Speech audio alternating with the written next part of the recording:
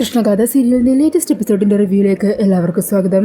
അങ്ങനെ നവീൻ ആ ഒരു നെക്ലേസ് ഉണ്ടല്ലോ, അത് ഗാഥയുടെ കഴുത്തിൽ അണിയിക്കാൻ വേണ്ടി കയ്യിലെടുത്ത് പിടിക്കുവാണ്. ഈ സമയം നവീൻ്റെ കൈ ചെറുതായിട്ട് വിറക്കുന്നത് കണ്ടിട്ട് സുമിത്ര ചോദിക്കണേ, എന്താണ് ഇത്? താള് കിട്ടുന്ന സമയത്ത് കൈ ഇതുപോലെ വിറക്കുന്ന കണ്ടിട്ടുണ്ട്, എന്തുപറ്റി? ടെൻഷനാണോ നിനക്ക്? ഒന്ന് പോമേ എന്നും പറഞ്ഞ് നാണത്തോട് ചിരിച്ചിട്ട് നവീൻ ആ ഒരു നെക്ലേസ് ഉണ്ടല്ലോ, അത് ഗാഥയുടെ കഴുത്തിൽ അണിയിക്കാൻ തുടങ്ങുമായിരിക്കും. പെട്ടെന്നായിരിക്കും ഗാഥ മുമ്പോട്ട് നോക്കുമ്പോൾ വാതിലിൻ്റെ അവിടെ ഒരു സർപ്പം 10 വിടർത്തി നിൽക്കുന്നത് കാണുന്നത്. അത് കാണുന്നത് ഗാഥ അങ്ങ് അലറി വിളിക്കുക, അയ്യോ മമ്മി, നാഗം, അതെന്നെ കൊല്ലാൻ വരുന്നു മമ്മി എന്നും പറഞ്ഞ് സിത്താരയെ കെട്ടിപ്പിടിച്ച് കരയുവാണ്ടോ. അന്നേരം അവരെല്ലാവരും അങ്ങോട്ടേക്ക് നോക്കുമ്പോൾ ആർക്കും അവിടെ പാമ്പിനെ ഒന്നും കാണാൻ പറ്റുന്നില്ല. അന്നേരം മുത്തശ്ശിയൊക്കെ പറയണേ, മോളെ അവിടെ നാഗമൊന്നുമില്ലല്ലോ.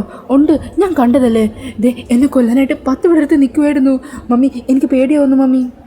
അത് കേൾക്കുമ്പോഴേക്കും നിർമ്മലക്കും കീർത്തിക്ക് സന്തോഷമാകുക. നിർമ്മല പറയണേ, കണ്ടില്ലേടി മോളെ, നമ്മളായിട്ടൊന്നും ചെയ്യാതെ തന്നെ ബർത്ത്ഡേ പാർട്ടി കൊളാവുന്ന ലക്ഷണം കാണുന്നുണ്ട്. ഈ സമയം നവീൻ ചോദിക്കണേ, ഗാഥ എവിടെയാ പാമ്പ്? എടോ അതൊക്കെ തന്നെ തോന്നലാ, ഇവിടെയുള്ള മറ്റാരും കണ്ടില്ലല്ലോ. ഉണ്ട് നവീൻ, എൻ്റെ തോന്നലൊന്നുമല്ല, ഞാൻ ശരിക്കും കണ്ടതാ മമ്മി. ഇവിടെ നിന്ന് കഴിഞ്ഞാൽ ആ പാമ്പിനെ കൊല്ലും മമ്മി, നമുക്കിവിടെ നിന്ന് പോകാം മമ്മി, എന്നെ വേഗം ഇവിടെ നിന്ന് കൊണ്ടുപോകാം മമ്മി എന്നും പറഞ്ഞ് ഗാഥ വല്ലാതെ ബഹളം വെക്കുവാണ് കേട്ടോ. ഈ സമയം സിത്താര പറയണേ, നവീൻ മോളും അല്ലാതെ ഡിസ്റ്റർബ്ഡാണ്, ഞാനിന്ന് ഇവളെ പറഞ്ഞ് ആശ്വസിപ്പിക്കട്ടെ എന്നും പറഞ്ഞ് ഗാഥേനെയും കുട്ടി റൂമിലേക്ക് പോകുവാണ്ടോ സിത്താര. ഈ സമയം എല്ലാവരും ആകെ വിഷമത്തിൽ നിൽക്കുവാണ്. അന്നേരം നന്ദ പറയണേ, എന്താ അമ്മ ഇതൊക്കെ? എത്രയൊക്കെ നന്നായിട്ടൊരു ആഘോഷത്തോടെ നടത്താൻ ശ്രമിച്ചാലും അവസാനം ഇങ്ങനെയൊക്കെയാണല്ലോ വന്ന് ഭവിക്കുന്നത്. എന്താ കുട്ടിക്ക് പറഞ്ഞിട്ട് മനസ്സിലാവാത്തത്? അന്നേരം മുത്തശ്ശി പറയുന്നുണ്ട്, ചില കാര്യങ്ങൾ ദൈവം തീരുമാനിച്ചു വെച്ചിട്ടുണ്ട്, അതുപോലെയല്ലേ നടക്കുകയുള്ളൂ. ഈ സമയം നിർമ്മല പറയണേ, എന്താണെങ്കിലും ഇനി ഇതിൻ്റെ കുറ്റവും ഞങ്ങളുടെ തലയിൽ ആരും ചാർത്തി തരില്ലല്ലോ. പാമ്പ് നമ്മൾ പറഞ്ഞ് നിലവിളിച്ചതല്ലാതെ നമ്മളാരും പാമ്പിനെ പോയിട്ട് അതിൻ്റെ ഒരു നേൽവെട്ടം പോലും കണ്ടില്ലല്ലോ. ഈ സമയം മാണിക്കുഞ്ഞിനെ നോക്കിയിട്ട് നവീൻ പറയണേ, മാണിക്കുഞ്ഞെ ഒന്നും വേണ്ടായിരുന്നു, ആഘോഷം സെലിബ്രേഷനും ഒന്നും, വെറുതെ കോമളിയായിട്ട് ഇങ്ങനെ നിൽക്കാൻ എന്നും പറഞ്ഞ് നവീൻ സങ്കടത്തോടെ റൂമിലേക്ക് കയറി പോകുവാണ്.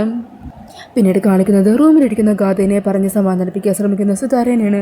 മോളെ എന്താ ഇതൊക്കെ? അവിടെ പാമ്പൊന്നുമില്ലല്ലോ.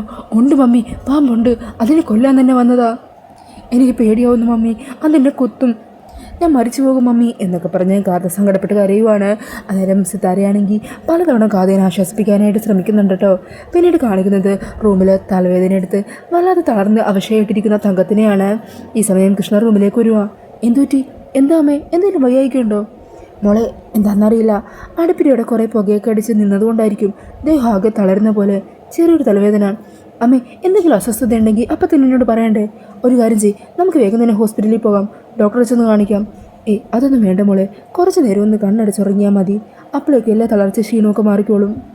മരുന്നൊക്കെ കഴിക്കുന്നതല്ലേ, അതിൻ്റെ തളർച്ച ക്ഷീണമൊക്കെ ഉണ്ടാകുമല്ലോ. അല്ല മോളെ, അനിയൻ സാറ് വരാൻ സമയമായോ? ഇല്ല, കുറച്ചുകൂടി സമയം എടുക്കും. അങ്ങനെയാണെങ്കിലേ സാറ് വന്ന് കേക്കൊക്കെ മുറിച്ച് കഴിഞ്ഞ് പരിപാടിയൊക്കെ കഴിയുമ്പോഴേക്കും കുറച്ച് നേരം കിടക്കാം. അങ്ങനെ കിടന്നു കഴിയുമ്പോഴേക്കും ക്ഷീണവും തളർച്ചയൊക്കെ മാറും. ഈ സമയം കൃഷ്ണ പറയണേ, അങ്ങനെയാണെങ്കിൽ ഒരു കാര്യം ചെയ്യ്, അമ്മ ഇപ്പം തന്നെ കിടന്നോ, സാർ വരാൻ കുറച്ച് സമയം എടുക്കുമല്ലോ, അതുവരെ അമ്മ ഇനി തലവേദനയൊക്കെ വെച്ച് ഇങ്ങനെ ഇരിക്കണ്ട. എന്നാൽ ശരി, ഞാൻ ചെറുതായിട്ടൊന്ന് മയങ്ങട്ടെ, പിന്നെ കിടന്നു കഴിഞ്ഞാൽ പെട്ടെന്ന് ഞാൻ ചിലപ്പോൾ മയങ്ങിപ്പോയിന്ന് വരും. അങ്ങനെ ഞാനെങ്ങനെ മയങ്ങിപ്പോയാലേ നീ എന്നെ വന്ന് വിളിക്കണം കേട്ടോ. പിന്നെ ഇല്ലാതെ അമ്മ ഇല്ലാതെയാണ് ഞാൻ എൻ്റെ പിറന്നാൾ ആഘോഷിക്കാൻ പോകുന്നത്. അമ്മ കിടന്നോ, ഞാൻ സമയമാകുമ്പോൾ വിളിച്ചോളാം. ശരി മോളെ. അങ്ങനെ പറഞ്ഞ് തങ്കം അവിടെ കിടന്നുറങ്ങുവാണ്. ഈ സമയം മോളിക്കുട്ടിയും സുനന്ദയും ഗോപാലനും ഒക്കെ പുറത്തു നിന്ന് സംസാരിക്കുമായിരിക്കും കേട്ടോ. അന്നേരം ആയിരിക്കും അനിയൻ സാറിൻ്റെ കാറ് മുറ്റത്ത് വന്ന് നിൽക്കുന്നത്. ഈ സമയം അവർ സംസാരിച്ചുകൊണ്ടിരുന്നതും അനിയൻ സാറിനെ കുറിച്ച് തന്നെ. അന്നേരം മോളിക്കുട്ടി പറയണേ, നമ്മൾ പറഞ്ഞു തരുന്നില്ല, അപ്പോഴേക്കും ആളെത്തിയല്ലോ. കാറിൻ്റെ വെച്ച് കേൾക്കുന്നതും കൃഷ്ണയും പുറത്തേക്ക് തുള്ളിച്ചാടി ഓടി വരുവാണ്. അത് കാണുന്നത് മോളിക്കുട്ടി പറയണേ, വന്നിരിക്കുന്ന ആളെ കണ്ടോ? നമ്മൾ ഇത്ര നേരം ഇവിടെ നിന്ന് സംസാരിച്ചിട്ട് അവളൊന്ന് വന്ന് തിരിഞ്ഞു നോക്കിയോ? ഇല്ലല്ലോ. അനിയൻ സാർ വന്നപ്പോൾ ഓടി വന്ന കണ്ടില്ലേ? ഒന്ന് പോയോ മോളിക്കുട്ടി, അല്ലെങ്കിൽ വീട്ടിലേക്ക് വരുന്ന അതിഥീനെ നമ്മൾ സ്വീകരിക്കണ്ടേ? അങ്ങനെ പറഞ്ഞ സന്തോഷത്തോടെ ശ്രീനിവാസൻ ഇതിലേക്ക് ചെല്ലുക. സാറേ എന്തുപറ്റി? മോളുടെ ഞാൻ വരുമോ ഇല്ലയോ എന്നുള്ള സംശയമൊക്കെ മാറിയോ? ഒക്കെ മാറി. വാ സാർ, ഇതാണ് ഗോപാല മാമ, ഞാൻ പറയാറില്ലേ എൻ്റെ ദുബായ് മാമൻ. ഇത് സുനന്ദേച്ചി. നമസ്കാരം. മോളുടെ പഴയകാല കഥകളെക്കുറിച്ച് പറഞ്ഞാലേ അതിൽ നിങ്ങൾ രണ്ടാരുടെയും പേര് ഒരിച്ചു കൂടാനാത്ത വിധം ഉണ്ടാകുമല്ലോ. അതുകൊണ്ട് നിങ്ങളെ നല്ലപോലെ അറിയാം, മോൾ എത്രയധികം പറഞ്ഞിട്ടുണ്ട്. ഈ സമയം മോളിക്കുട്ടി ചോദിക്കുക, അല്ല സാറിന് എന്നധികം തിരക്കൊന്നുമില്ലല്ലോ? ഇല്ല. എന്താണെങ്കിലും ഇത് അത്ഭുതങ്ങളിൽ അത്ഭുതം. അനിയൻ സാറിനെ ഇതുപോലെ തിരക്കില്ലാതെ ഫ്രീ ആയിട്ട് ഇങ്ങനെ കിട്ടുന്നത്. സത്യം പറയാലോ, ഈ നാട്ടിലെ വലിയ പുള്ളി അനിയൻ സാറ്. എല്ലാവരും ഒത്തിരി അധികം സ്നേഹിക്കുകയും ആരാധിക്കുകയും ഒക്കെ ചെയ്യുന്ന ഒരു മനുഷ്യൻ. അന്നേരം ശ്രീനിവാസ് പറയണേ, എൻ്റെ മോളിക്കുട്ടി നീ എന്നെ ഇങ്ങനെ പറഞ്ഞ് പൊക്കല്ലേ, ചിലപ്പോൾ ഞാൻ അഹങ്കരിച്ചു പോകും. അല്ല അതിരിക്കട്ടെ, കൃഷ്ണമോളുടെ അമ്മയുടെ അമ്മ അകത്തുണ്ട്. അമ്മയ്ക്ക് ചെറിയ തളർച്ച പോലെ തോന്നി. കുറച്ചു നേരം റെസ്റ്റ് എടുക്കുവാന്ന് പറഞ്ഞ് കിടക്കുക. ഫംഗ്ഷനൊക്കെ തുടങ്ങി. കേക്ക് കട്ടിങ്ങിന് സമയമാകുമ്പോൾ വിളിക്കാമെന്ന് വിചാരിച്ചു. അപ്പം മതി. കുറേ നാളായിട്ട് കാണാൻ പറ്റിയിട്ടില്ലല്ലോ കൃഷ്ണമോളുടെ അമ്മയെ, അതുകൊണ്ട് ചോദിച്ചു എന്നേ ഉള്ളൂ. പിന്നീട് കാണിക്കുന്നത് വീണ്ടും സിത്താരനെയും ഗാഥേനെയാണ് കേട്ടോ. ഈ സമയം അവർ റൂമിൽ തന്നെ ഇരിക്കുമായിരിക്കും. മോളെ വാ, നമുക്ക് അങ്ങോട്ട് പോകാം, അവിടെ എല്ലാവരും കാത്തു നിൽക്കുമല്ലേ. വേണ്ട മമ്മി, അങ്ങോട്ട് പോകണ്ട. അങ്ങോട്ട് പോയാൽ ആ പാമ്പ് വീണ്ടും വരും. എനിക്ക് പേടിയാ മമ്മി, എനിക്ക് എൻ്റെ മമ്മിയുടെ കൂടെ ഇരുന്നാൽ മതി. ഈ സമയത്ത് നവീനും സുമിത്രയും കൂടി റൂമിലേക്ക് വരുക. ഗാഥ, താൻ വന്നേ, കേക്ക് കട്ട് ചെയ്യാനുള്ള സമയമായി. അങ്ങോട്ടേക്ക് വാ, എല്ലാവരും ഇവിടെ കാത്തു നിൽക്കുക. ഇല്ല നവി, ഞാൻ അങ്ങോട്ടേക്ക് വരില്ല. എനിക്ക് കേക്കും കൊട്ടയെന്ന ഒന്നും വേണ്ട. ഗാഥ, താനത് ഇങ്ങനെയൊക്കെ പെരുമാറുന്നത്? വെറുതെ എല്ലാവരും ബുദ്ധിമുട്ടിപ്പിക്കരുത്. നവീൻ എന്താ ഞാൻ പറയുന്നത് മനസ്സിലാവാത്തത്? അവിടെ എന്നെ കൊല്ലാനായിട്ടാണോ അങ്ങോട്ടേക്ക് കൊണ്ടുപോകുന്നത്? ബർത്ത്ഡേ പാർട്ടി ഇവിടെ ഒന്നും വേണ്ടെന്ന് ഞാൻ പറഞ്ഞല്ലേ. എനിക്ക് കേക്ക് കട്ട് ചെയ്യുന്ന സമയത്ത് ആ കേക്കിൻ്റെ ഉള്ളിൽ നിന്ന് ആ പാമ്പെങ്ങാനും വന്നാലോ? ആ പാമ്പിനെ കൊത്തും. അന്നേരം നവീൻ പറയണേ, എടോ ഗാഥ, താൻ എന്തൊക്കെയാണ് പറയുന്നത്? കേക്കിൻ്റെ ഉള്ളിൽ എവിടെ നിന്നാണ് പാമ്പ് വരുന്നത്? ക്ഷമിക്കുന്നതിനൊക്കെ ഒരു പരിധിയുണ്ട് കേട്ടോ. സിത്താര മാഡം, എന്താ ഇതൊക്കെ? ഇതിനൊക്കെ ഞാൻ എന്താ പറയേണ്ടത്? നവീൻ, ഞാൻ പറയുന്നത് എന്താ മാഡം പറയേണ്ടത്? എല്ലാ പ്രാവശ്യം പറയുന്ന കാര്യം തന്നെയല്ലേ. കുടുംബജീവിതമാകുമ്പോൾ ഭാര്യയും ഭർത്താവും തമ്മിൽ അഡ്ജസ്റ്റ് ചെയ്യണം. എത്ര വേണമെങ്കിലും അഡ്ജസ്റ്റ് ചെയ്യാൻ ഞാൻ തയ്യാറാണ്. പക്ഷേ ഗാഥയുടെ പെരുമാറ്റമുണ്ടല്ലോ, അത് എത്രയെന്ന് വിചാരിച്ചാൽ സഹിക്കുന്നത്? എല്ലാത്തിനും ഒരു ലിമിറ്റുണ്ട്. അതെല്ലാം ക്രോസ് ചെയ്ത് പോയിരിക്കുക. ഗാഥ പറയുന്ന കാര്യങ്ങൾ പോലും കേട്ട് നിൽക്കാൻ പോലും പറ്റാത്ത കാര്യങ്ങളാണ്. പാമ്പിനെ കണ്ടുപോലും നമ്മൾ ആരെങ്കിലും കണ്ടോ? മേഡം കണ്ടോ പാമ്പിനെ? ഗാഥ, താനിപ്പോൾ അങ്ങോട്ടേക്ക് വന്നേ പറ്റൂ. ഞാൻ വരില്ലെന്നല്ലേ നവീനോട് പറഞ്ഞത്? അങ്ങനെയാണെങ്കിലേ നമ്മുടെ ജീവിതത്തെക്കുറിച്ച് എനിക്ക് ചില തീരുമാനങ്ങളൊക്കെ എടുക്കേണ്ടി വരും. നവീൻ, എന്താ ഇതൊക്കെ എന്ന് സിത്താര ചോദിക്കുക. അന്നേരം നവീൻ പറയണേ, പിന്നെന്താ മാഡം ഞാൻ ചെയ്യേണ്ടത്? സഹിച്ച് ഞാൻ മടുത്തു. എനിക്കെൻ്റെ ജീവിതത്തെക്കുറിച്ച് കുറേ സ്വപ്നങ്ങളുണ്ടായിരുന്നു. എന്നാൽ ഈ കല്യാണം കഴിഞ്ഞതോടെ എൻ്റെ സ്വപ്നങ്ങൾ എല്ലാം തകർന്നു പോകുവാണ്. ഇതൊക്കെ കണ്ട് ഞാൻ വീണ്ടും കൈ കെട്ടി നോക്കി നിൽക്കണമെന്നാണോ മാഡം പറയുന്നത്? അങ്ങനെ പറഞ്ഞ് ആകെ ഭ്രാന്തെടുത്ത് നവീൻ അവിടെ നിന്നും പോകുവാണ്. ഈ സമയം സുമിത്ര പറയണേ, സിത്താരെ, നവീൻ പറഞ്ഞതിൽ എന്താ തെറ്റു പറയാനുള്ളത്? അവനൊരു ആൺകുട്ടിയല്ലേ. അവൻ്റെ ഭാഗത്തുനിന്ന് എത്രയൊന്ന് കരുതിയായി സഹിക്കുന്നതിനും ക്ഷമിക്കുന്നതിനും ഒക്കെ ഒരു പരിധിയില്ലേ? ഇന്നത്തെ കാതമോളുടെ പെരുമാറ്റം അവൻ എല്ലാവരുടെയും മുമ്പിൽ ഒരു കോമാളിയാക്കുന്നത് പോലെ ആയിരുന്നില്ലേ? നവീൻ്റെ ഭാഗത്തു നിന്ന് സിത്താര ഒന്ന് ചിന്തിച്ച് നോക്ക്. അന്നേരം സിത്താരയ്ക്ക് കാര്യങ്ങളൊക്കെ മനസ്സിലാവും. ഗാതമോളെ ഒന്ന് പറഞ്ഞ് മനസ്സിലാക്കാൻ ശ്രമിക്കുക. ഈ സമയം സിത്താര പറയണേ, ഞാൻ ശ്രമിക്കാം സുമിത്രേ. ഞാൻ പെട്ടെന്ന് തന്നെ മോളെ പറഞ്ഞ് മനസ്സിലാക്കി അങ്ങോട്ടേക്ക് കൂട്ടിക്കൊണ്ടുവരാം. കുറച്ച് സമയം മാത്രം തന്നാൽ മതി. അങ്ങനെ പറഞ്ഞ് സുമിത്ര അവിടെ നിന്നും പറഞ്ഞു വിടുവാണ്ടോ സിത്താര. പിന്നീട് കാണിക്കുന്നത് വീടിൻ്റെ അകത്ത് നിന്ന് കൃഷ്ണയോടും സുനന്ദയോടും ഗോപാലിനോടും മോളിക്കുട്ടിയോടൊക്കെ സംസാരിക്കുന്ന ശ്രീനിവാസനെയാണ്. ശ്രീനിവാസൻ അങ്ങനെ കൃഷ്ണയ്ക്ക് വേണ്ടി കൊണ്ടുവന്നിരിക്കുന്ന ആ സമ്മാനം തുറന്നു കാണിക്കുവാണ്. അതൊരു ഗോൾഡ് റിംഗ് ആയിരിക്കും. അതുകൊണ്ട് കൃഷ്ണ പറയണേ, അയ്യോ സാർ, എന്താ ഇതൊക്കെ? എനിക്കിത്രയും വില പിടിച്ച സമ്മാനമൊന്നും വേണ്ട. ശരി, വേണ്ടെങ്കിൽ വേണ്ട, എന്നാൽ ഇത് സ്വീകരിക്കാമല്ലോ എന്നും പറഞ്ഞ് അമ്പലത്തിൽ പോയി പ്രാർത്ഥിച്ച പ്രസാദം ഉണ്ടല്ലോ, അത് കൃഷ്ണക്ക് നേരെ നീട്ടുവാണ്. എന്നിട്ടത് കൃഷ്ണയുടെ നെറ്റിയിൽ ഇട്ട് കൊടുക്കുക. ഈ സമയം ഗോപാലൻ ചോദിക്കണേ, അത് ശരി, അപ്പം സാറ് കൃഷ്ണമോൾക്ക് വേണ്ടി പ്രാർത്ഥിക്കാനായിട്ട് അമ്പലത്തിലൊക്കെ പോയിരുന്നു അല്ലേ? എടോ ഗോപാല, ഇന്നേ കൃഷ്ണയുടെ മാത്രമല്ല പിറന്നാൾ, എൻ്റെ മോളുടെയും പിറന്നാളാണ്. കാണാതായ എൻ്റെ മോൾക്ക് വേണ്ടി അവളുടെ പിറന്നാൾ ദിവസം വഴിപാട് കഴിപ്പിക്കാനാണ് ഞാൻ പോയത്. അവൾക്ക് പകരം ദൈവം ഒട്ടി തന്നതല്ലേ എനിക്ക് എൻ്റെ കൃഷ്ണമോളെ. മോളെന്നെ അച്ഛൻ്റെ സ്ഥാനത്താണെന്നൊക്കെ പറയും, പക്ഷേ ശരിക്കും അങ്ങനെയല്ല കാണുന്നത് അല്ലേ? അയ്യോ, അങ്ങനെയൊന്നും പറയല്ലോ സാർ. ശരി, അച്ഛൻ്റെ സ്ഥാനത്താണ് കാണുന്നതെങ്കിൽ അച്ഛൻ മകളുടെ ബർത്ത്ഡേക്ക് ഒരു ഗിഫ്റ്റ് വന്നാൽ അത് മകൾ നിരസിക്കുമോ? ഇല്ലല്ലോ. സോറി സാർ, അതിന് തന്നേക്കൂ, ഞാൻ സ്വീകരിച്ചോളാം. അങ്ങനെ ശ്രീനിവാസ് ഒത്തിരി സന്തോഷത്തോടെ ആ ഒരു മോതിരം കൃഷ്ണയുടെ കയ്യിൽ കൊടുക്കുവാണ്. ഈ സമയം കൃഷ്ണ ചോദിക്കണേ, സാർ ചോദിക്കുന്നത് തെറ്റാണോ എന്നറിയില്ല, ഇത്ര സ്നേഹിക്കുന്ന സാറിൻ്റെ മോളെ സാറിന് എങ്ങനെയാണ് നഷ്ടപ്പെട്ടത്? ആരെങ്കിലും കുട്ടിയെ തട്ടിക്കൊണ്ടുപോയതാണോ, അതോ മറ്റെന്തെങ്കിലും രീതിയിൽ? അന്നേരം ശ്രീനിവാസ് പറയണേ, അതെങ്ങനെയാണെന്ന് ഞാൻ പറയാം. അങ്ങനെ പറഞ്ഞ് ശ്രീനിവാസ് പുറത്തേക്ക് ഇറങ്ങുവാണ്. ഈ സമയം പിന്നാലെ കൃഷ്ണയും ഗോപാലനും സുനന്ദയും മോളിക്കുട്ടിയും എല്ലാവരും ഇറങ്ങുക. ഈ സമയം ശ്രീനിവാസ് തൻ്റെ ജീവിതത്തിൽ സംഭവിച്ച ആ പഴയ കാര്യങ്ങളെക്കുറിച്ച് കൃഷ്ണയോട് തുറന്നു പറയുവാണ്. ശ്രീനിവാസ് പറയണേ, MBA പഠിക്കാനായിട്ട് ഞാൻ സിറ്റിയിലേക്ക് പോയി. സത്യം പറഞ്ഞാൽ ആ സിറ്റി ലൈഫ് എന്നെക്കൊണ്ടൊട്ടും പറ്റില്ലായിരുന്നു. പിന്നീട് അവിടെ എനിക്കുണ്ടായ ഫ്രണ്ട്സും അവരോട്ടുള്ള കൂട്ടുകെട്ടിലൂടെ ഞാൻ സിറ്റി ലൈഫ് ആസ്വദിക്കാൻ തുടങ്ങി. അവിടെ വെച്ചാൽ ഞാനൊരു പെൺകുട്ടിയെ പരിചയപ്പെട്ടത്. അവളൊരു അനാഥയായിരുന്നു, പക്ഷെ സുന്ദരിയായിരുന്നു. ഞങ്ങൾ തമ്മിൽ ഇഷ്ടത്തിലായി. പെട്ടെന്ന് തന്നെ എടുത്തു. അവളെ ഞാൻ അവിടെ വെച്ച് തന്നെ വിവാഹം കഴിച്ച് ഞങ്ങൾ സിറ്റിയിൽ തന്നെ ഒന്നിച്ച് താമസിക്കാനും തുടങ്ങി. വീട്ടിലൊക്കെ വല്ലാത്ത എതിർപ്പായിരുന്നു, പക്ഷേ അതിനെല്ലാം അവഗണിച്ചായിരുന്നു ഞാൻ അവളുമായിട്ട് ജീവിച്ചത്. ആ സമയത്ത് ഞാൻ പതിയെ ബിസിനസ്സിലേക്കൊക്കെ ഇറങ്ങി. ബിസിനസ്സിൽ ഞാൻ പെട്ടെന്ന് തന്നെ വലിയ ഉയർച്ചയിലേക്ക് പോയി. പലയിടത്തും ചർച്ചാ വിഷയമായി മാറി എൻ്റെ പേരൊക്കെ.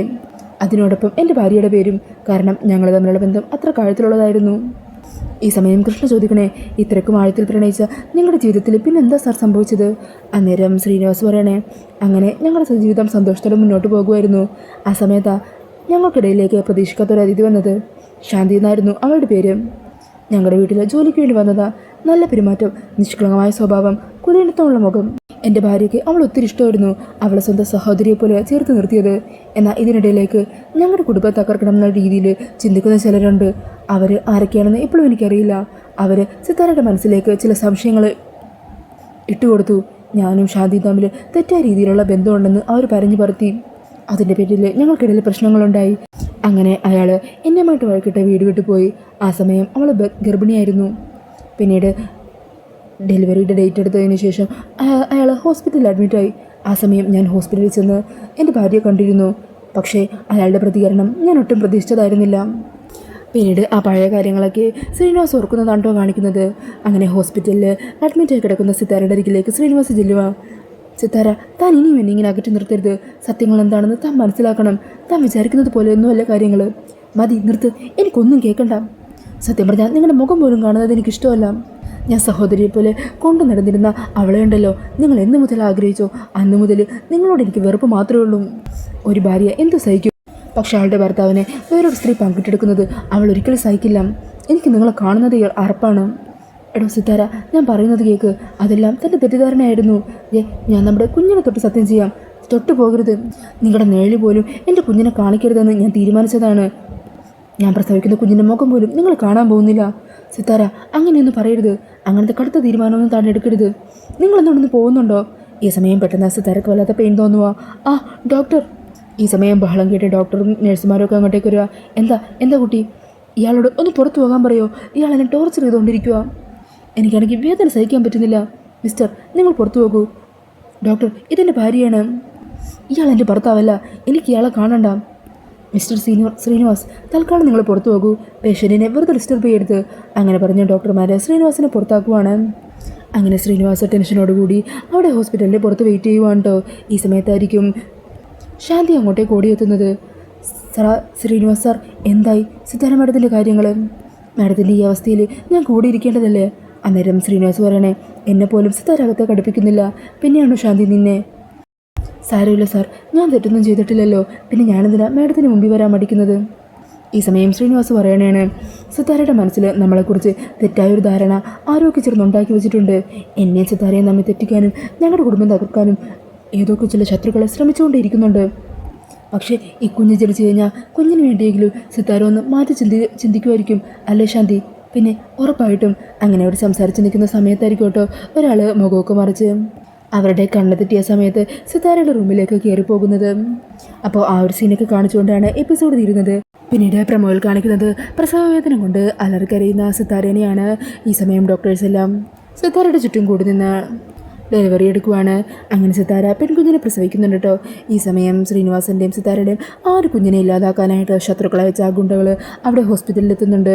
അവരങ്ങനെ കത്തിയും വാക്കത്തിയും ഒക്കെ ആയിട്ട് സിത്താരയുടെ അരികിലെത്തുവാണ്. ഈ സമയം സിത്താരയാണെങ്കിൽ നല്ല മയക്കത്തിലായിരിക്കും. അന്നേരം അവർ സിത്താരേനെയും സിത്താരയുടെ കുഞ്ഞിനെയും കൊല്ലാനായിട്ട് നിൽക്കുന്നത് കാണുന്നതും അങ്ങോട്ടേക്ക് വന്ന ശ്രീനിവാസൻ അവരെല്ലാം തല്ലി ചതക്കുവാണ്. ഇതിൻ്റെ ഇടയിൽ അവർ മരണപ്പെട്ടു പോവുകയും ചെയ്യുന്നുണ്ട് കേട്ടോ. അങ്ങനെ അതിൻ്റെ പേരിൽ ശ്രീനിവാസനെ പോലീസ് അറസ്റ്റ് ചെയ്യുകയും ജീവപര്യന്തം ശിക്ഷ വിധിക്കുകയും ചെയ്യുന്നുണ്ട്. അങ്ങനെ ഈ കാര്യങ്ങളെല്ലാം ശ്രീനിവാസ് പറയുവാണ്. അങ്ങനെ ശിക്ഷ വിധിച്ച് ഞാൻ ജയിലിലായി. അന്നേരം ആ ബഹളങ്ങൾക്കിടയിൽ എൻ്റെ കുഞ്ഞിനെ ഞാൻ ഷാദിൻ്റെ കയ്യിൽ ഏൽപ്പിച്ചു. ആ കുഞ്ഞിനെ ഒരാപത്തും പറ്റാതിരിക്കാൻ, ശത്രുക്കളുടെ കയ്യിൽ നിന്നും എൻ്റെ കുഞ്ഞിനെ സംരക്ഷിക്കാനായിട്ട്. പിന്നീട് പരോള് കിട്ടിയ സമയത്ത് ഞാൻ ആദ്യം വന്നത് സിത്താരയുടെ അരികിലേക്കായിരുന്നു, സിത്താരയെ കാണാൻ, അയാളുടെ കാര്യങ്ങൾ പറഞ്ഞ് മനസ്സിലാക്കാൻ. പക്ഷേ അന്നേരം ഒത്തിരി വൈകിയിരുന്നു. ഞാൻ അവിടെ എത്തിയതും അവിടെ സിത്താരയെ മമ്മിന്ന് വിളിച്ചൊരു കുട്ടിയുണ്ടായിരുന്നു, ഒരു പെൺകുട്ടി. ആ കുട്ടിയെ ചൂണ്ടിക്കാട്ടി സിത്താര പറഞ്ഞത് സിത്താരയുടെ രണ്ടാം ഭർത്താവിൻ്റെ കുട്ടിയാണതെന്നാണ്. അങ്ങനെ ജീവിതത്തിൽ ഭാര്യയെ നഷ്ടപ്പെട്ട് ഞാൻ ആകെ തകർന്നു. അപ്പോഴും എൻ്റെ പ്രതീക്ഷ എൻ്റെ കുഞ്ഞായിരുന്നു. ആ കുഞ്ഞിനെ തേടിയാ ഞാൻ അലഞ്ഞത്. കുഞ്ഞിനെ ഏൽപ്പിച്ച ശാന്തിയെ കണ്ടെത്താൻ കുറേ അലഞ്ഞു. പക്ഷേ ഇതുവരെ എനിക്കവരെ കണ്ടെത്താനായില്ല. എന്നാൽ ഉടനെ തന്നെ ശാന്തിയെ, അതിലൂടെ എൻ്റെ മോളെയും കണ്ടെത്താനുള്ള പ്രതീക്ഷയില്ല ഞാനിപ്പോഴും ജീവിക്കുന്നത്. അങ്ങനെ ഈ ഒരു സീനൊക്കെയാണ് കേട്ടോ പ്രൊമോയിൽ കാണിക്കുന്നത്. അപ്പോൾ ഈ ഒരു റിവ്യൂ ഇഷ്ടമായിട്ടുണ്ടെങ്കിൽ മറക്കാതെ വീഡിയോ ഒന്ന് ലൈക്ക് ചെയ്യണേ. ഇതുപോലുള്ള കൂടുതൽ റിവ്യൂസിനായിട്ട് ഈ ചാനൽ ഒന്ന് സബ്സ്ക്രൈബ് ചെയ്തും കൂടി സപ്പോർട്ട് ചെയ്യണേ. താങ്ക്